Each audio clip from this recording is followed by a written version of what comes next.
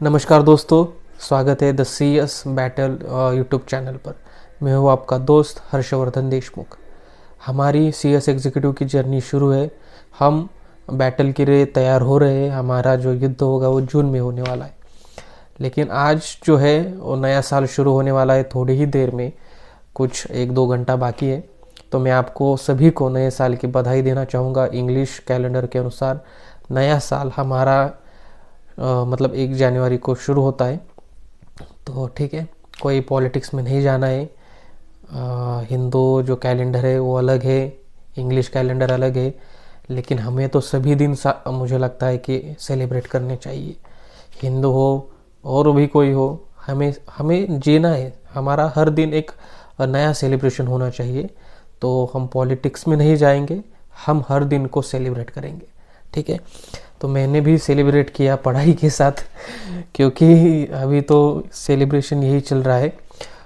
ठीक है, और जो भी अगले साल के मेरे गोल्स है, जो रिजोल्यूशन है, मैं आपको थोड़े से इस जो हमारा आज का जो मेन टॉपिक है पढ़ाई के बारे में, जो मतलब पढ़ाई के बारे में बात होने के बाद नहीं, पढ़ाई के बाद हम उस टॉपिक पर बात करेंगे। ठीक है, तो अभी मैं बताता हूँ कि आज का पूरा दिन कैसा रहा मेरा और क्या क्या क्या टॉपिक्स मैंने देखे।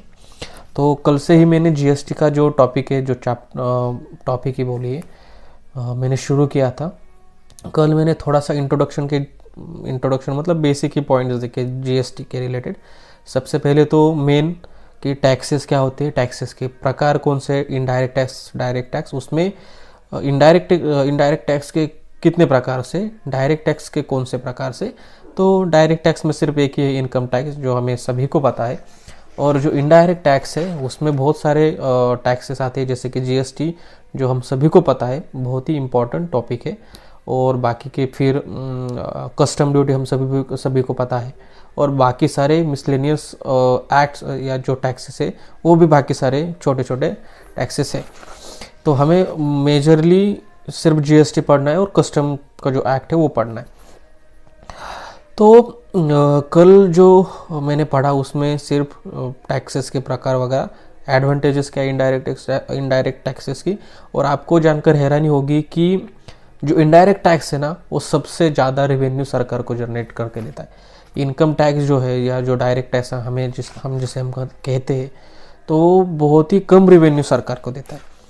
और आपको पता होगा, मतलब जानकर हैरानी होगी कि जो इनडायरेक्ट टैक्स डायरेक्ट टैक्स मतलब इनकम टैक्स कितने रिटर्न्स फाइल होते हैं। अभी लगभग कुछ 8-9 करोड़ लोग इन डायरेक्ट टैक्स के रिटर्न फाइल करते हैं। लेकिन जो इनडायरेक्ट टैक्स है, जीएसटी जैसा हो गया या कस्टम ड्यूटी हो गया, तो उसको फाइल करने वाले सिर्फ 1-1.5 या 2 करोड़ ही मतलब रिटर्न्स फाइल होते हैं।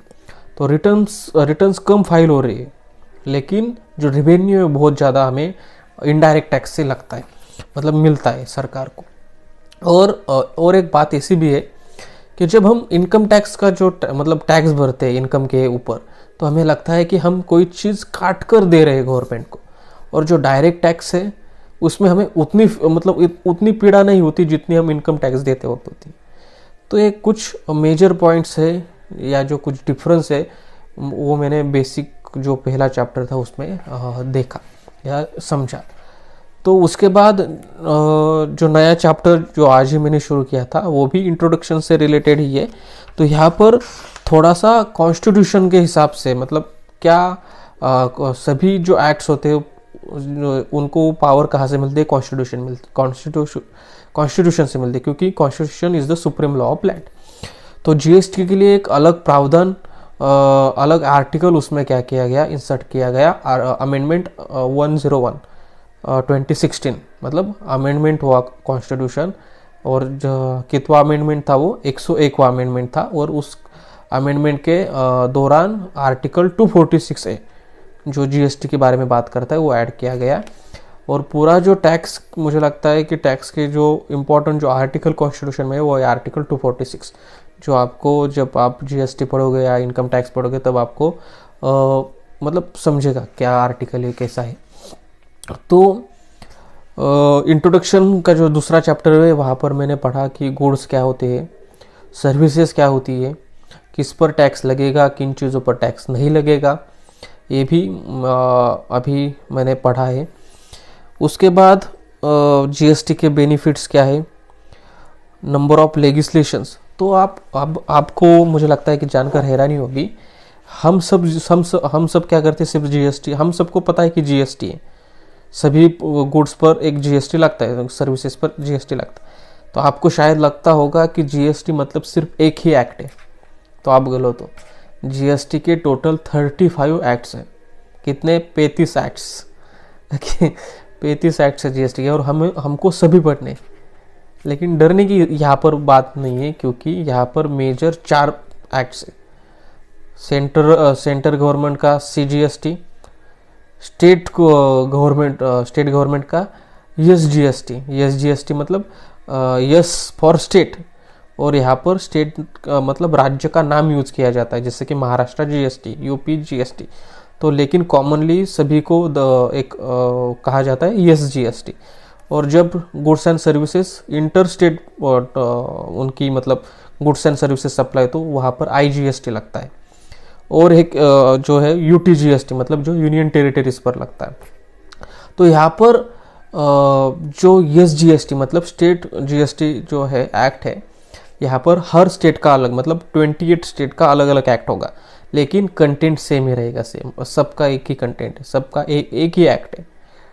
और जो 3 यूनियन टेरिटरीज है, Delhi, I think Delhi, Puducherry and Jammu and Kashmir, जो कि यूनियन टेरिटरीज है, लेकिन उनके पास खुद की लेजिस्लेचर है, तो उनको जीएसटी के तहत एक राज्य का दर्जा दिया गया।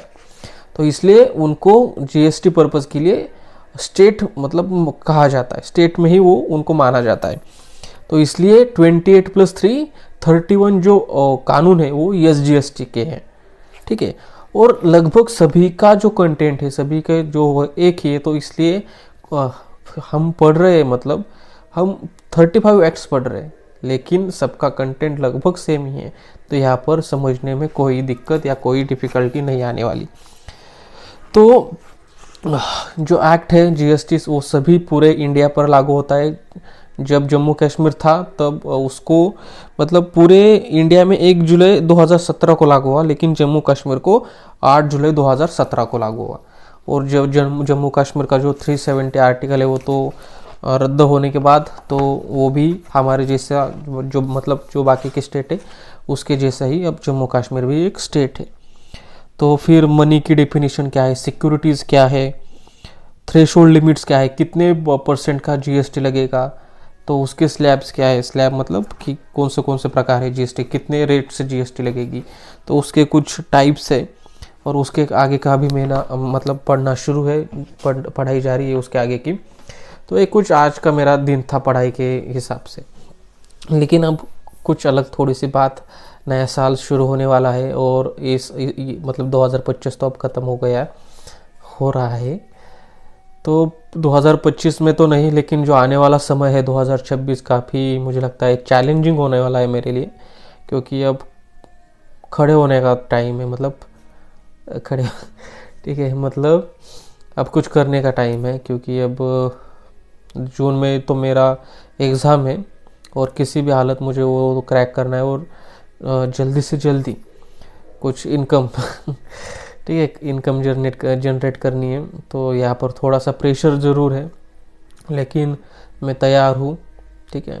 खुद को मैं मोटिवेट रखता हूँ, और ठीक है, काफ़ी मतलब चैलेंजिंग होने वाला है मेरे लिए। तो 2025 अच्छा था, 2026 भी अच्छा ही होगा, और मुझे अपॉर्चुनिटीज़ मिलेगी, और मतलब मैं कोशिश करूँगा कि 2026 मेरे लाइफ का टर्निंग पॉइंट होने वाला ये साल मुझे लगता है, ठीक है। तो मेरा जो अभी रिजोल्यूशन है, हर साल तो बनता है मेरा रिजोल्यूशन, और जो सबसे ज़्यादा टूटने वाला जो है वो है जिम का, और मुझे लगता है सभी का यही हाल होगा। हम सब हेल्थ के बारे में कॉन्शियस मतलब एक दिन के लिए तो रहते, 1 जनवरी तक 1-2 दिन हम जिम ज्वाइन करते और फिर हो गया। तो मेरे जो कुछ मतलब रिजोल्यूशन है, जैसे कि मुझे कम्युनिकेशन पर मेरे खुद के वर्क करना है, फिर हेल्थ पर मुझे थोड़ा सा ध्यान देना है। अभी जो गाल बाहर निकले हुए वो पहले बहुत अंदर थे, लेकिन थोड़ा सा हो गया, ठीक है। अब फिर से इन गालों को थोड़ा सा अंदर डालना है, हेल्थ पर काम करना है, कम्युनिकेशन पर काम करना है, थोड़ा सा इंग्लिश वहाँ पर भी मुझे थोड़ा सी ध्यान देना है, थोड़ी सी वीक है तो वहाँ पर भी मुझे थोड़ा सा ध्यान देना है। और बाकी तो सब वैसे वैसे का ही रहेगा, थोड़ा सा पर्सनालिटी के ऊपर मुझे थोड़ा सा अपना काम करना है। तो बहुत सारे चीज़ें मेरे दिमाग में है, तो किस तरीके से काम करो मतलब होगा, किस तरीके से मैं मेरे गोल्स को एग्जीक्यूट करूँगा, वो देख मुझे भी मेरे लिए भी मतलब पता नहीं क्या होगा। लेकिन मैं कोशिश करूँगा कि सब कुछ जो मैंने मेरे दिमाग में सोचा है वो मैं पूरी कर मतलब एटलीस्ट मैं कुछ ना कुछ तो स्टेप रखूँ, कुछ ना कुछ थोड़ा बहुत करके कुछ ना कुछ मेरे जो गोल्स है उसको अचीव करने के लिए मैं काम करूँ। यही मुझे लगता है कि सही होगा। मतलब एक दिन में तो कुछ हासिल होने वाला नहीं है, हर दिन कुछ ना कुछ थोड़ी मेहनत करनी पड़ने वाली है। तो उसके लिए मैं तैयार हूँ और इसी माइंडसेट के साथ मैं 2026 को सामने जाने वाला हूँ। तो आप भी बताइए कि आपके क्या रिजोल्यूशन है, आपके लिए क्या कुछ चीज़ें मायने रखती है। 2025 कैसा था और आगे आने वाले सालों में आप मतलब किस तरीके से खुद को बदलने वाले हो, या जो भी आपका प्लान है आप मुझे कमेंट में बता सकते हो।